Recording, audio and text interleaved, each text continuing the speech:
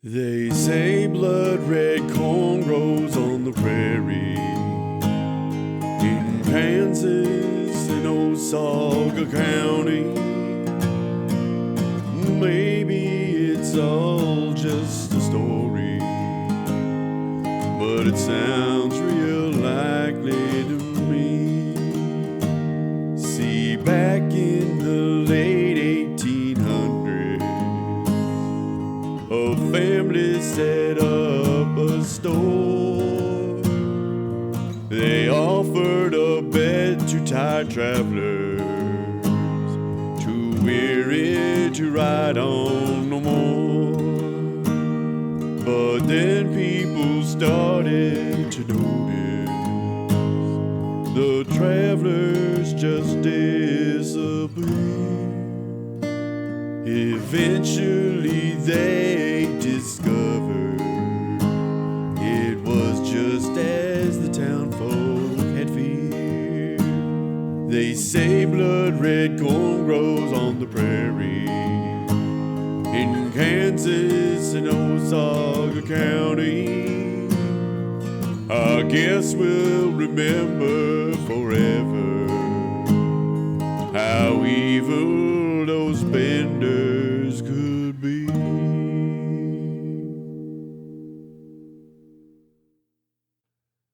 Please note, this episode contains adult themes. Listener discretion is advised.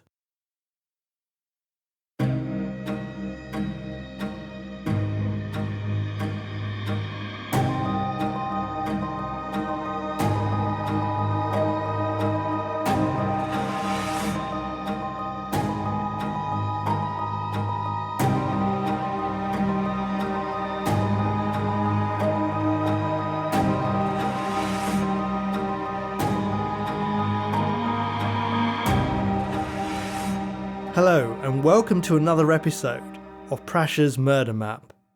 Let's jump aboard a wagon and travel back to post-bellum United States. During the 1840s, land seekers joined wagon trains westward in order to establish permanent new settlements. This was spurred on by the discovery of gold in California in 1849.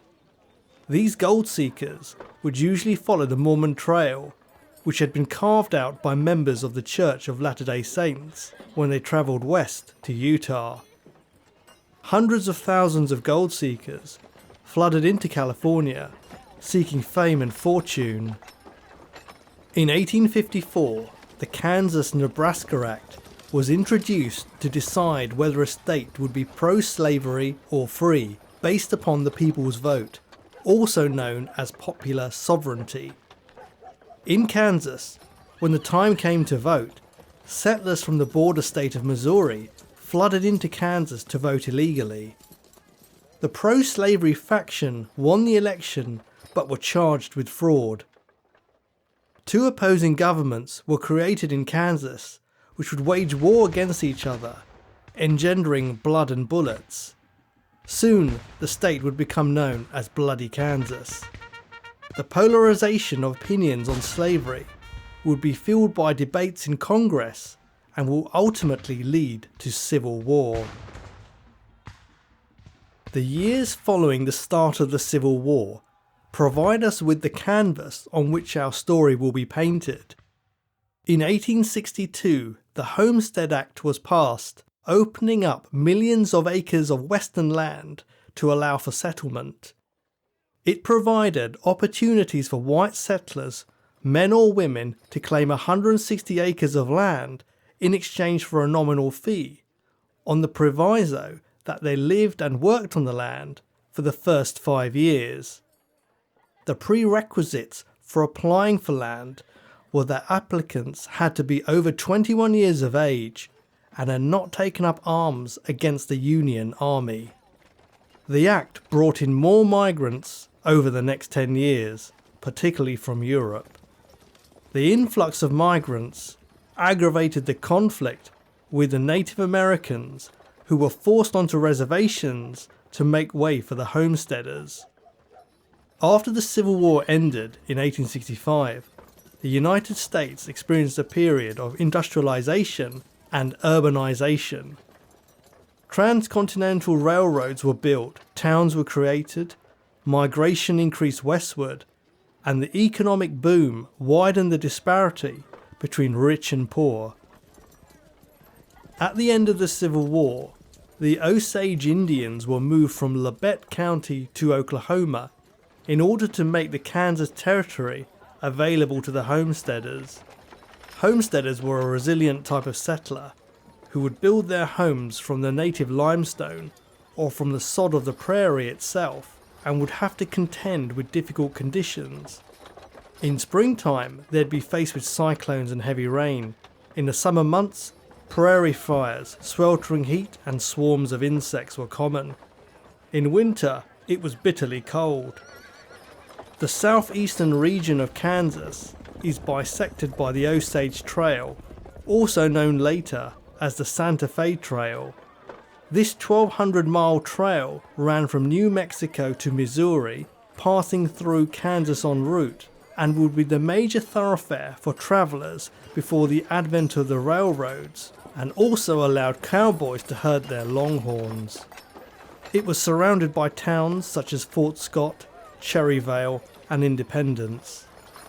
Before these towns were set up, the Indians had established a trail for hunting and trading purposes, and it was particularly useful for explorers and trappers wishing to venture from Missouri to the Arkansas River and on to the far west. By 1870, the population of Kansas had grown almost 250% since it first became a state in 1861. The Bender family was one of many families who had made the journey from Europe to Kansas to take advantage of the Homestead Act, to start a new life and live the American dream.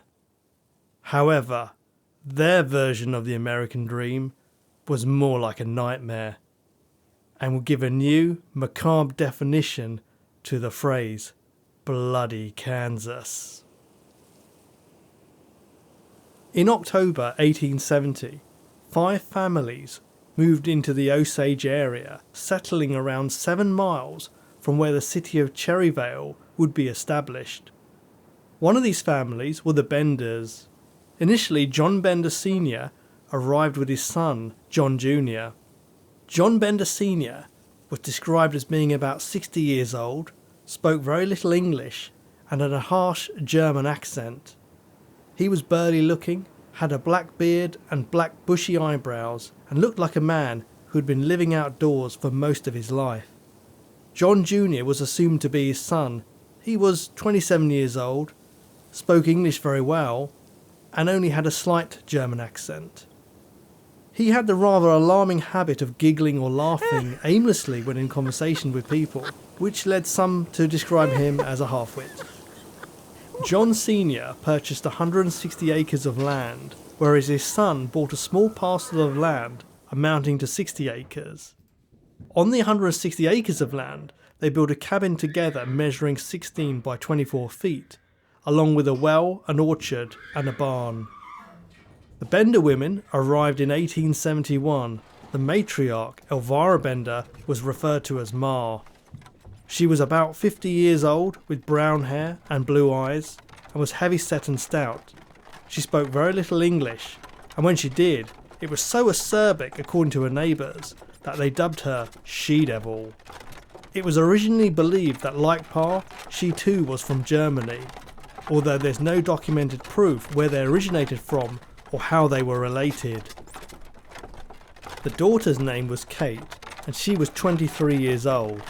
Some accounts say that she had hair as black as a raven's wing, while others said she was fair-haired. She spoke English the most fluently, and was the most congenial and gregarious of the family. When she arrived in 1871, she worked as a self-proclaimed healer and psychic, who held seances and gave lectures on spiritualism. She'd either hold these seances at their inn or at the home of her customer.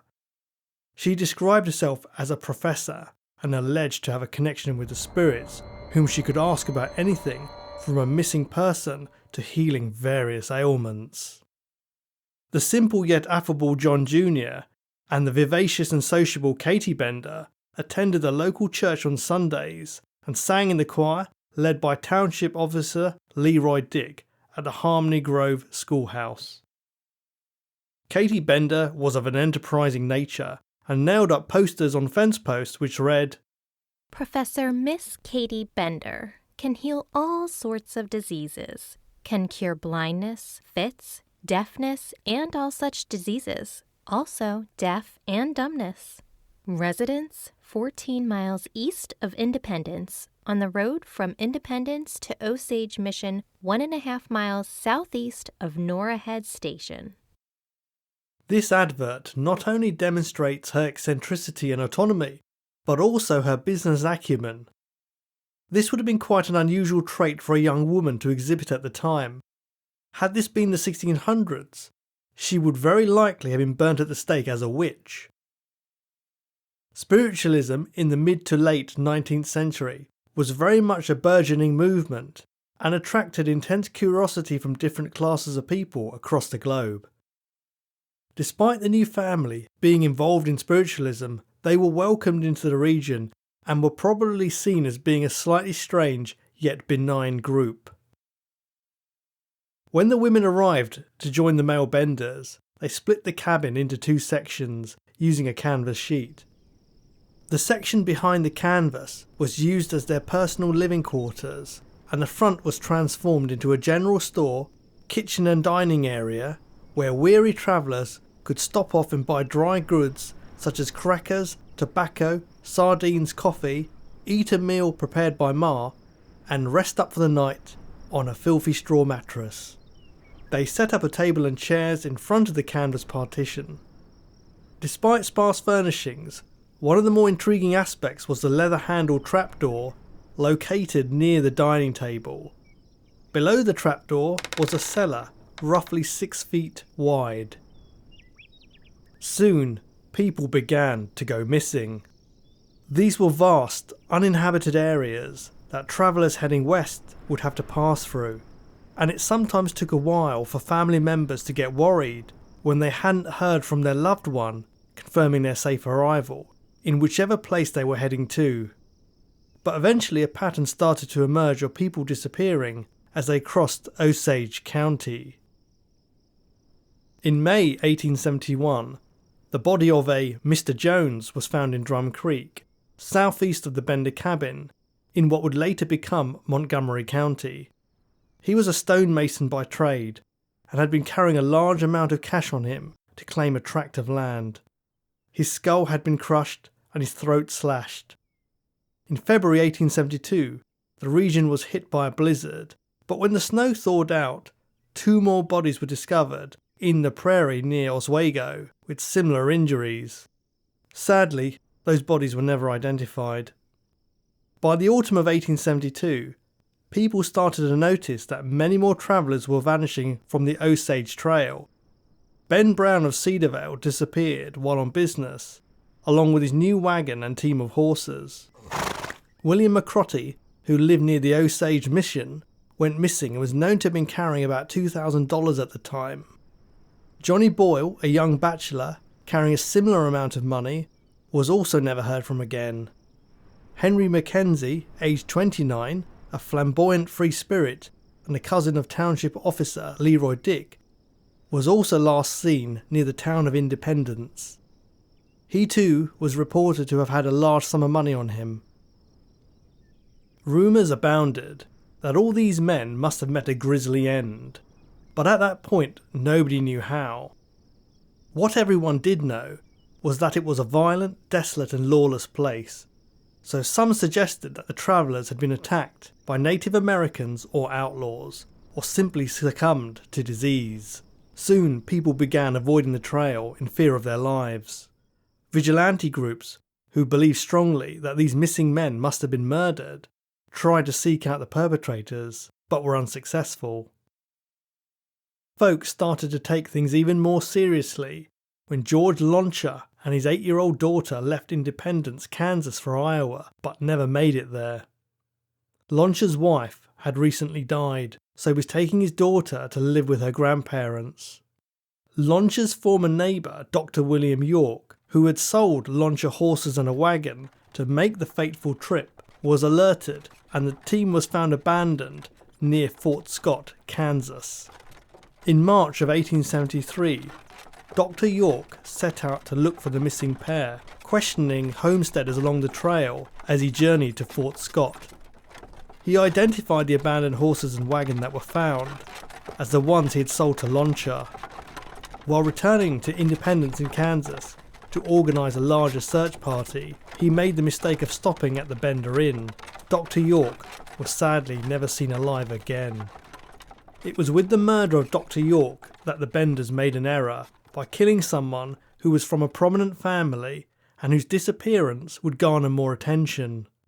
Previously, their victims tended to be travellers of reasonably humble means who were less likely to be missed. Maybe they had become overconfident, as until now, nobody had shone the light of suspicion on them. Dr. York had two brothers in powerful positions, Colonel Edward York, a Civil War veteran, and Alexander York, who was a Kansas state senator. During March and April of 1873, Colonel York led a search party of around 60 men to look for his missing brother in Labette County. The company broke off into smaller units and stopped off at various towns to make inquiries. They discovered that Dr. York was last seen on March the 10th in the town of Parsons.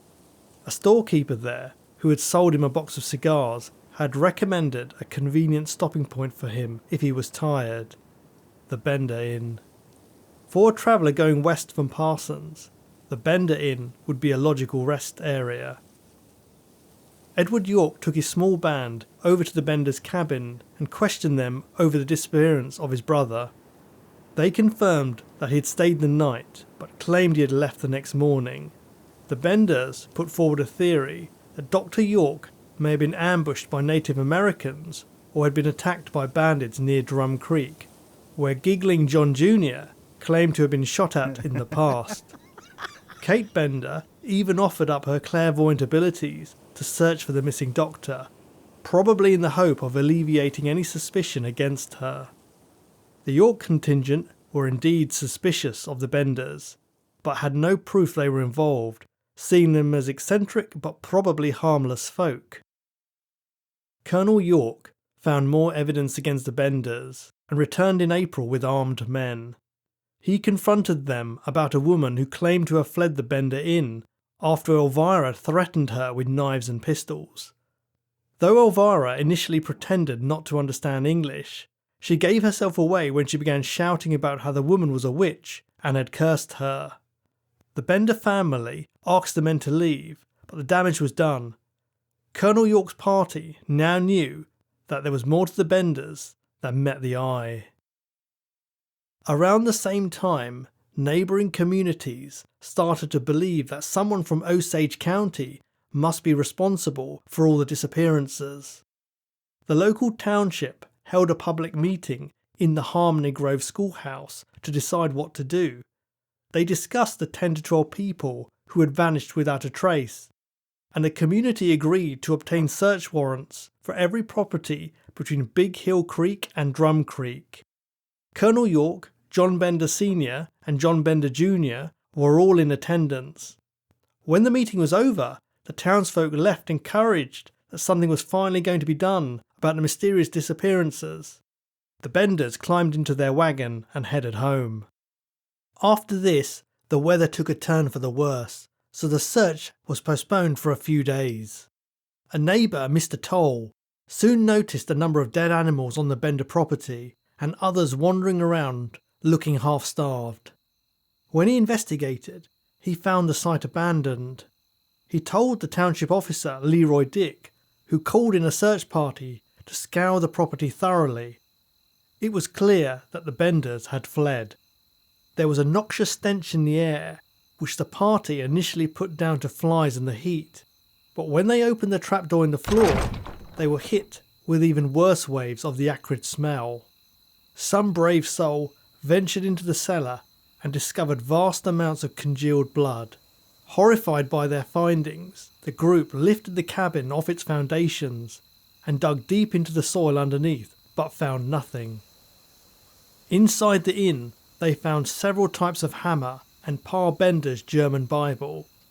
Edward York discovered the spectacles of his missing brother, and they also noticed satanic symbols scrawled on the floor of the cabin, presumably the work of Kate. At this point, they decided to turn their attentions to the garden.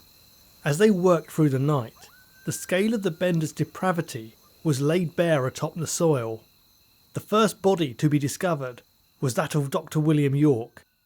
His brother Edward sadly identified the corpse, and it was clear that his throat had been cut and his skull bashed in. The next day, 8 more bodies were unearthed from this bloody acre of hell. They were Ben Brown of Cedarvale, young Johnny Boyle, whose remains were found in the abandoned well, William McCrotty and Henry Mackenzie. George Launcher's body was also there. Shockingly, his young daughter was found alongside him, and she appeared to have been buried alive. An unknown man and woman were also found, along with several random body parts. Reports differ, and some sources suggest that as many as 21 bodies were uncovered. A throng of 1,000 souvenir hunters made their way to the property to witness the gruesome finds. These souvenir hunters dismantled the Bender house piece by bloody piece. Over the following weeks, the newspaper published illustrations and descriptions of the tragedy. Several angry mobs and posses formed to hunt down the Benders, or anyone that may have had anything to do with the crimes. Sadly, many innocent immigrants found themselves at risk of being lynched in a misguided attempt at frontier justice.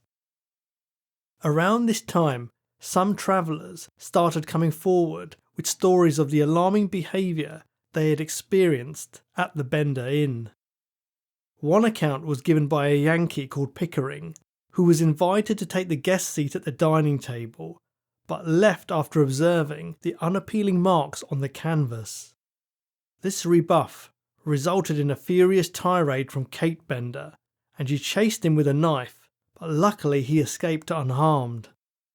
Another story involved a Mr. Wetzel, who had declined to sit in the chair near the curtain, which resulted in a cantankerous Ma Bender becoming abusive towards him, and the 2 male Benders peering menacingly out from behind the curtain. Other stories soon came in, which allowed the investigators to piece together their modus operandi, and it is a shame that these travellers had not come forward sooner to raise the alarm. Investigators believed that this is how the Benders operated. As a traveller approached the inn, tired and weary from a long day of riding, he would catch a sight of the ominous-looking Pa sitting out front reading a German Bible. As the Bender property was located on a slight rise in the land, it gave them ample warning when a traveller approached. When a traveller entered the inn, he would be greeted by the convivial Kate Bender, who would offer him a meal prepared by the taciturn Ma. Then the traveller would be directed by Kate Bender to sit in the special guest chair at the dining table with their back to the canvas. Kate would then embroil the patron in friendly conversation, perhaps offering to read their palm, asking them where they were going, if they were travelling alone, and what line of work they were in. To me, this sounds like a form of profiling, allowing Kate to assess whether they would be an ideal victim. The traveller with few or no connections, who was on their way to buy land and carrying enough money to do so, would be marked for death. Meanwhile, John Bender Jr. would feed and water the patron's horse out back, while Kate distracted the guest by engaging him in idle chat. Suddenly, Kate would call out or give a signal to Pa at an opportune moment. Pa's hulking figure would suddenly appear from behind the canvas and attack the guest with a hammer. It's possible that John Jr. would also be involved in the carnage. Kate and Ma Bender would rifle through their victims' belongings. It was then that the motive behind the trapdoor was revealed. The trapdoor underneath the table would be opened to lower the unfortunate traveller into the cellar. Kate would ensure the victim was dead by slitting his throat. The family would then wait until after dark to take the body out of the cellar and bury it in the prairie or the orchard behind the property after taking all their money and possessions. Like many families, each member had clearly designated roles, but this is where any similarity with normal family ends. The Benders were driven by their murderous schemes and mired in blood, not caring how many people they killed, but only how much wealth they could get their hands on. It is estimated that for all the deaths they caused, they gained about $5,000, 2 teams of horses and wagons, a pony and a saddle. While this may not sound like much, $5,000 is the equivalent of about $98,000 today. John Bender Jr. would also sell saddles and jewellery stolen from their victims in the surrounding towns for 100% profit. This shows that he could not have been the fool that people thought him to be, as he would have been able to communicate convincingly and come across as trustworthy, a trait he obviously shared with Kate. The Benders left in their wake a devastated community and many grieving families over a multi-state area. Around May 1873, Kansas Governor Thomas Osborne offered a $2,000 reward, that's $500 per Bender, in addition to the $1,000 that York had already put up. In today's currency, this amounts to almost $60,000. This reward would never be claimed. It's worth noting that on the reward poster, it gives descriptions of the Benders slightly differently from other accepted versions. For example, it describes Pa Bender as being 5 feet 8 or 9 inches and sparely built. This contrasts with the exaggeration of the hulking, ape-like appearance, standing at least 6 feet in height, that has come to be known over time. Investigators followed a fresh set of wagon tracks to the nearby town of Thayer, some 12 miles north of Cherryvale. This was substantiated by a conversation with a railway agent who recalled that on a mid-April afternoon in 1873, a German family of 4 purchased tickets at Thayer railway station for the Leavenworth, Lawrence and Galveston train to Humboldt. He remembered them because they had with them a dog-hide trunk and their belongings were wrapped in a white bedspread. After this, things get muddier. Some stories indicate that John Jr. and Kate split from the pack and disembarked at Chanute and took the Missouri, Kansas and Texas Railroad train south to the Red River near Denison, Texas. From there they could easily have settled into one of the outlaw colonies which existed, a place where law was sparse and few questions asked. Marshal James Snoddy of Fort Scott, along with Colonel Packham, followed reports of the Benders all the way into Texas, but then the trail went cold. Meanwhile, it was said that Ma and Pa Bender continued on the train north to Kansas City, where it was believed they transferred to a train headed to St. Louis. They then spent time staying at Pa's sister's place. It's very likely that they had been travelling under different names, or that John Jr. and Kate had split up from Ma and Pa to make it harder for seekers to identify them. Later, other unverified sightings surfaced, which included Pa having stolen the loot, going to Michigan, and then committing suicide. Another tale was of Kate becoming a socialite in San Francisco, or John Jr. being spotted as a section hand in Texas. None of these accounts were ever validated. Rumours spread that the Benders had been caught by a lynch mob and been hung for their crimes. Usually these tales would involve the typical deathbed confession of someone who'd been part of the lynching, or of someone's father knowing someone who knew something about it. One of the more ridiculous theories had a posse killing the Benders, burning the bodies to destroy the evidence, then dressing up as them, 2 of them donning women's clothes. They then arrived at the aforementioned Thayer railway station to buy tickets, presumably to hint at the Benders having fled rather than being murdered by the posse. Again, no bodies were ever found. I think this is an unlikely theory, as anyone dispatching the notorious Benders at that time would have been celebrated. The mob could also have said they had killed the family in self-defence and tried to claim the reward, so there would have been no need to hide it and plant clues pointing to their escape. It would appear that their eventual deaths would be as big a mystery as their origins. As time went on, new information was drawn out. Pa Bender was actually a man called John Flickinger, from either Holland or Germany.